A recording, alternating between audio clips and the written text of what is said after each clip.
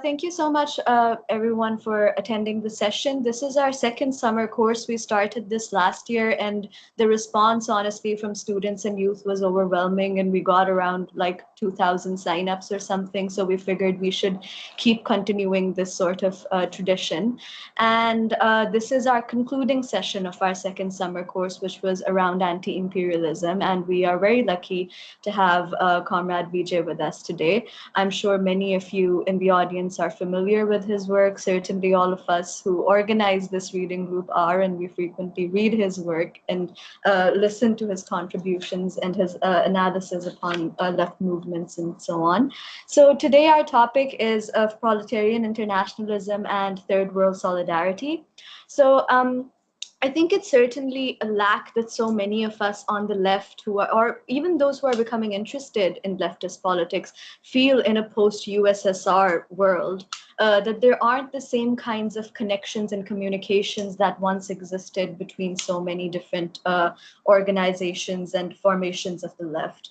And but on the other hand, currently in the times we are living in, we are also witnessing popular uprisings, mass movements, resistance movements, national liberation movements. And so it's very important for us to navigate this and to ask this question over and over again about how we build that kind of solidarity and internationalism today. So right now in Pakistan, there's two mass movements currently going on in Pakhtunkhwa and Balochistan. So, the one in Pakhtunkhwa is against a newly announced military operation, which is going to take place. And before that, all sorts of right-wing extremist outfits are being given space by the state to legitimize it afterward. And in Balochistan, there's all of Gwadar is shut down. Many cities of Balochistan are shut down. Many people have been shot, and there's a mainstream media sort of blackout around this.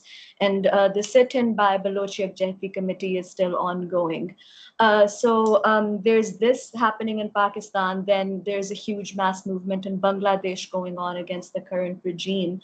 And so I suppose where we want to start really is how these movements are rebuilding anti-imperialist politics or reviving that all over the world. So Comrade Vijay was recently in Venezuela, and that's where we want to start, as to if he can tell us about what is going on in Venezuela with these counter protests that seem to be backed by the US as always in their, sort of their playbook of doing coups in Latin America and many third world countries. There was one recently in Bolivia, I recall as well. So let's start there, Comrade, if you could guide us as to what is going on there.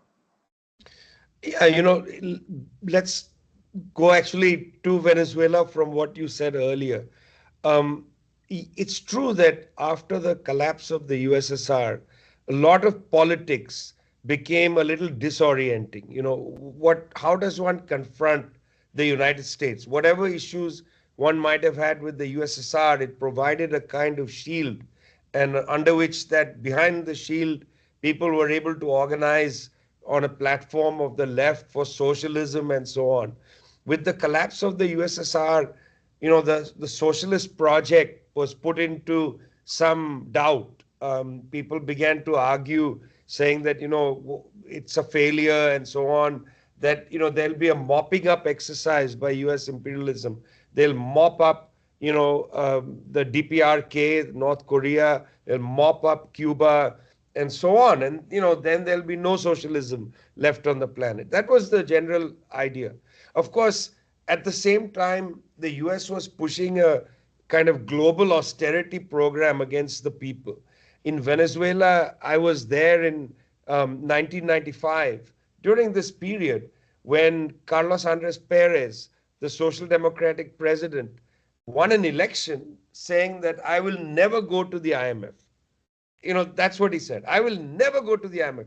By the way, this is a phrase one hears in Pakistan. We will never go back to the IMF. And then 40 times you keep going back, you send your bureaucrats to Washington.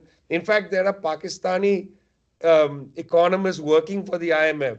They don't even need to talk in Urdu with English with each other. They can talk in Urdu with an American accent and bring those views. So Carlos Andres Perez says, I'm never going to the IMF. Then he went to the IMF. It was called Economic Package. And there was an enormous uprising. in Caracas in 1989 in response to the betrayals of the earlier period, the Caracazo. It was Carlos Andres Perez's betrayal in 1995 that led to the arrival of Hugo Chavez, who won an election in 1998, 3 years later, saying these people are not to be trusted. Carlos Andres Perez was a social democrat from Acción Democrática, not a man of the right. He was, in fact, a leader in the Socialist International. And here was Chavez saying, don't trust the Social Democrats. We need a new politics. We need a politics where the people are able to put forward an agenda, and that agenda will be honored by the government. So that was the Bolivarian Revolution. It was a real movement to attempt a different kind of politics. Chavez at many points said the armed struggle is not going to work. Cities are too complicated. You can't run a new revolutionary government without large sections of the middle class with you. You can't. I mean, the nature of revolution is different from what it was 1917, when there was almost no technological developments in the cities, right? Even 1959 Cuba, 1949 China. Now you need somebody who understands computers. I mean, all electrical systems to provide electricity are based on very complicated mathematics. So you need some professionals and so on. Chavez understood that. You can't just do an old-fashioned revolution, which is the workers plus the peasants coming to power and then they take the state. You have to draw in sections of the middle class. The problem is that when a revolutionary process starts, as it did in Venezuela, the middle class starts to flee because they say, well, look, we are not getting, multinational level salaries. We're going to go work in Miami. We are not getting treated as the heroes. You are saying that the heroes are the workers and the peasants. We're going to flee, and so on. And once you lose that section, it's very hard to immediately train people into the kind of complexities of the modern economy. It's one thing, again, if you go back to 1949, Chinese Revolution, you could easily train people to run the systems in China in 1949. It's much harder in 1999 and then so on. So the United States began to put pressure against the Bolivarian project from the beginning. There was an attempted coup against Chavez 2002.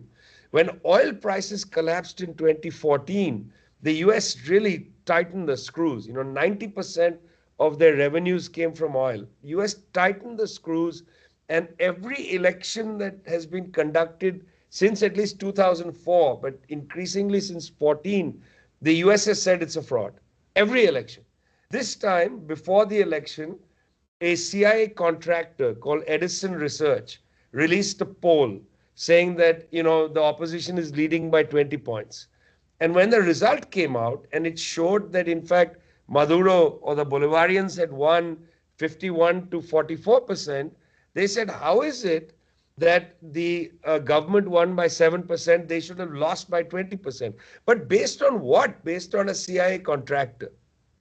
See, the bottom line is, every day, including today, there have been mass demonstrations across Venezuela to defend the government. One of the things I will caution people about is what we can call protestism. We are in the age of protest. People are protesting on everything. But you have to have a class understanding of the protest. Because tomorrow, you can actually have a mass protest in Islamabad led by the bourgeoisie. They can actually bring people in and do a protest.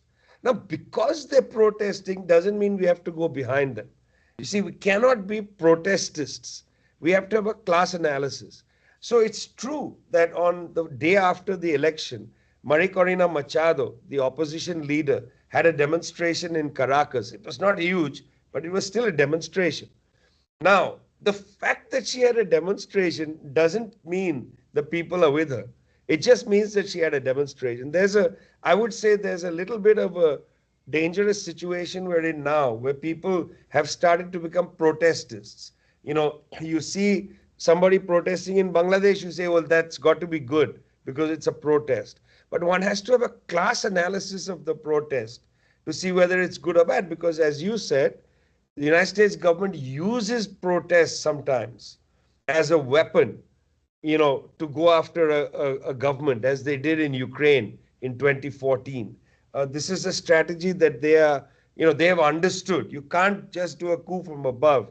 You need to have what looks like popular support from below. And that's what they keep trying to engineer in these countries, big protests here and there. This doesn't mean that protests themselves should be questioned. The massive protest that I just saw in Balochistan, where there was, I've forgotten her name, but she was speaking. It's incredible how many people were there, incredible how many women came for that protest. Those are based on a class understanding. It's not just the fact of the protest. Yeah? Yes, absolutely. It was Comrade Mahrang Baloch who's leading, and Samideen. Yeah, they're incredible, leaders who have sort of shifted the entire political landscape over here.